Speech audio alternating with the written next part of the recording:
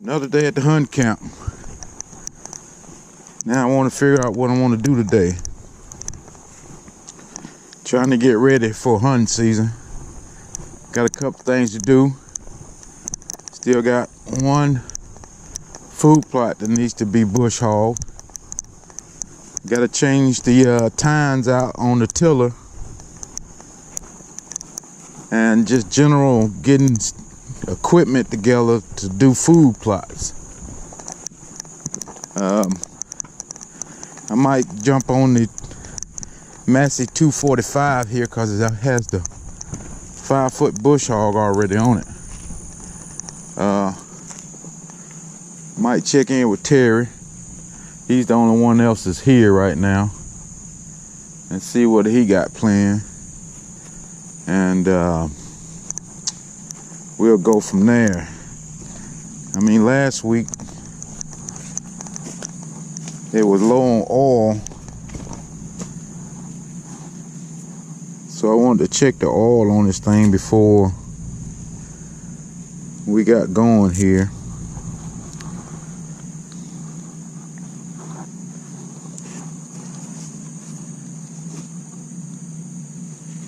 It's got oil in it now. I guess they put some oil in it here. Yeah, it's got good oil in it. Let's see if we can start her up and get her warmed up.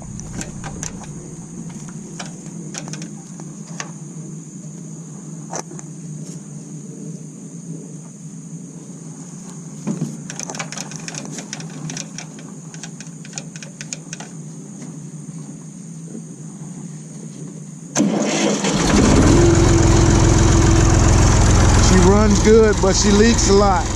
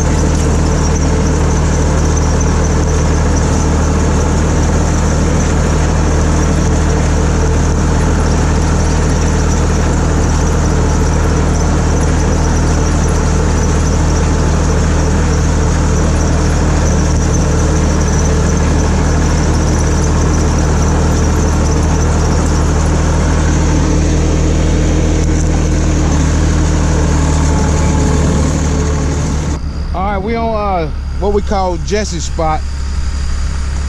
It's a pretty good area here. As you can see, somebody tried to plant half of it, which that was early in the spring, so it's overgrown now. So this is the only food plot that we didn't plow from last week.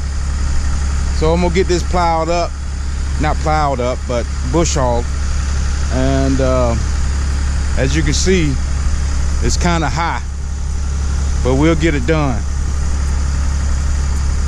Because we might, the guy that's taking over this plot might want to try to plow it up today if we can get the plow and all that together. So we're gonna get it bush hogged, and I'll get you some good shots of that.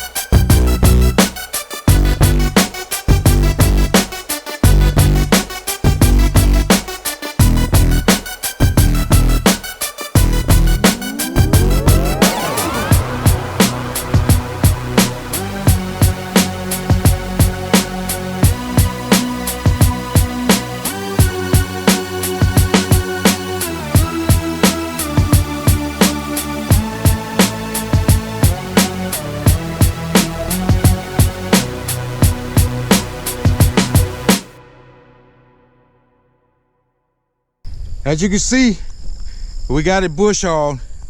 Like I said, it was super thick, so I had to go super slow in a lot of places here. But we got it done. We got some good pictures of it. And we're gonna move to the next thing. I just got to put this feeder back up. He had that feeder in the middle of the food plot, so I'm gonna do the right thing and put that back up. And then we head back to the camp and try to tackle that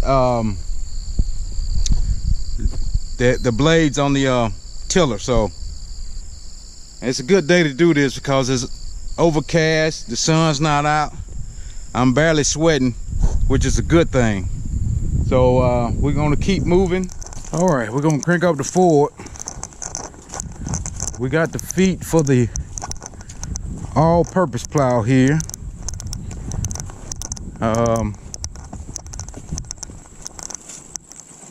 We're gonna go ahead and put the feet on that.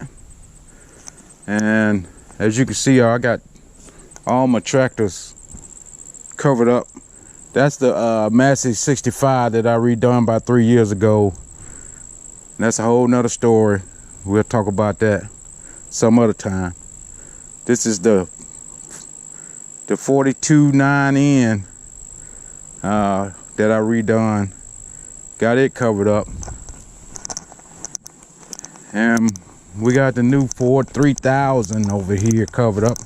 Unfortunately, this is his life right now. It's got to stay outside, so I'm gonna at least keep it covered up best I possibly can, because I don't want to get all my new seat and all that kind of stuff messed up. So we're gonna see if we can untie this knot that I put in here.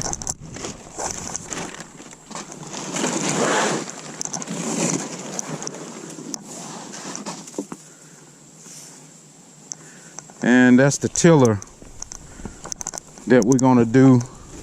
We're gonna take out all the tines on it. It's 42 tines on there, so that should be interesting. And as you can see, the yoke on this part of this slip clutch is damaged, so I ordered a whole nother shaft with the slip clutch on it, so that should be here by next week. But as you can see, you know, we got all the implements that we need. The rake, even the rake come in handy sometimes. But some of this is trial and error that didn't go well. But you live and you learn. So we're gonna try to uncover.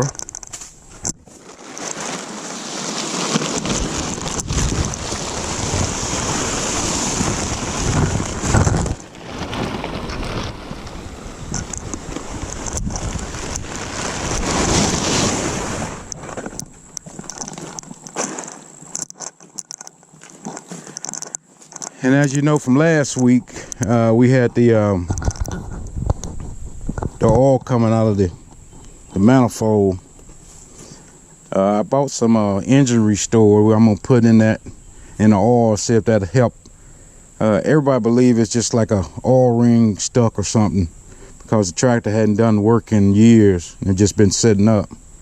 So, because by the end of the day last week, it had stopped, oil had stopped coming out. And well, we're gonna get this bush hog off of here, and we'll hook up that all-purpose plow and move it over to the pavilion where we can work on it. All right, we're gonna put the feet on this all-purpose plow, me and Greg. Hopefully it don't take us too long, because we gotta do the tiller the same way.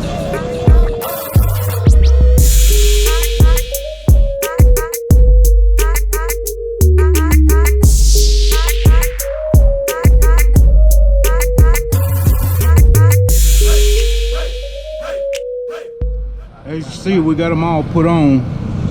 That didn't take probably about 15 minutes. No big deal.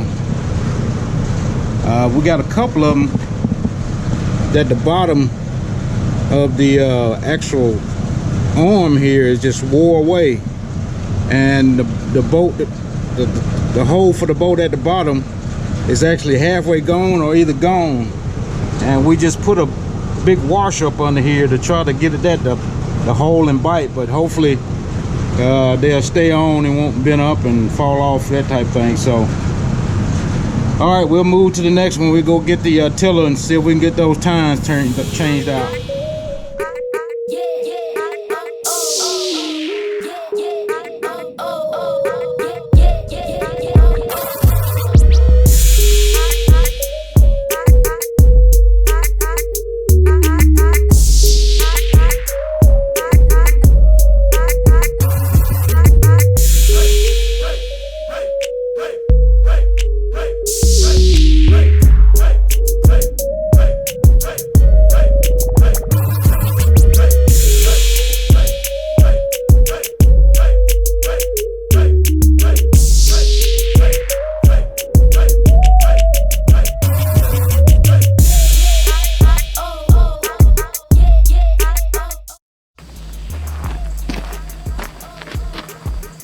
Alright, as you can see, guys, this is next week.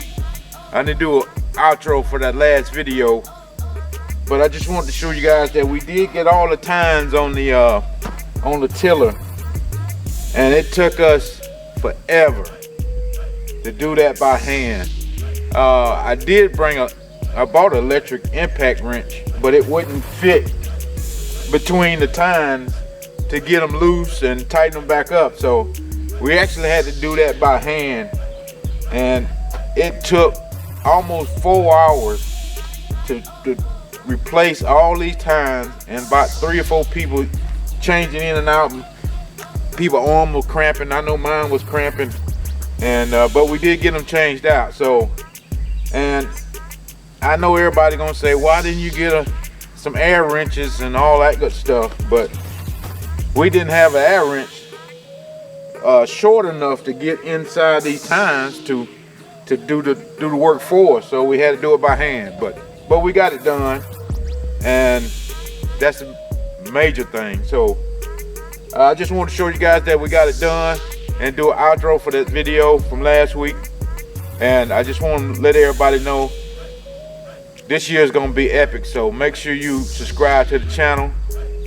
I'm gonna do better by putting out videos. I already put out 3 videos last week, so now we're finna get into doing food plots. So you don't want to miss the next couple of videos on doing the food plots. So as always, guys, thank you for subscribing, and make sure you hit the notification bell so you can be notified when the next video comes up. Other than that, guys, we'll see you on the next video. And we out.